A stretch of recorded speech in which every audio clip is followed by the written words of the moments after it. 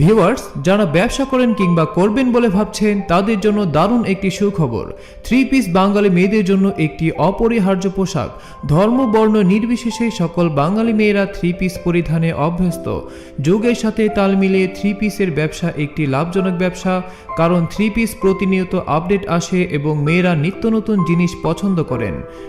আর এই ব্যবসাটি করার জন্য কোথা থেকে আপনারা কম দামে প্রোডাক্ট নিয়ে একটু বেশি লাভবান হতে পারবেন, এমনই সন্ধান নিয়ে আজ আমরা এসেছি নারায়ণগঞ্জ ভুলতা গাউসিয়া মার্কেটে থ্রি পিসের বড় ব্যবসায়ী ভাইয়ের কাছে। ভিউয়ার্স, তাহলে চলুন শুরু করা যাক আজকের ভিডিওটি।